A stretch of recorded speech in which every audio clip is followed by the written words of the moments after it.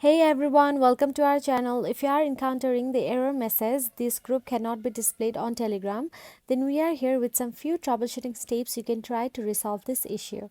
So let's get started.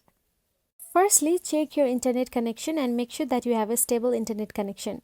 After that, go to the any web browser on your phone.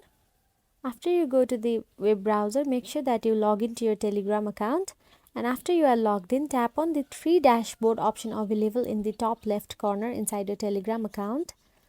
So it cannot be done in Telegram app, so make sure you are on the Telegram web and tap on the settings.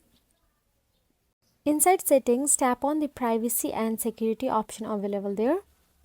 After you tap on the privacy and security, scroll down till you find the option sensitive content.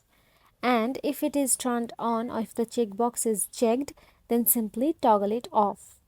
So that's it guys. By following this step, you should be able to troubleshoot and fix the this group cannot be displayed error on Telegram. If you found this video helpful, please like, share and subscribe our channel, and thank you so much for watching.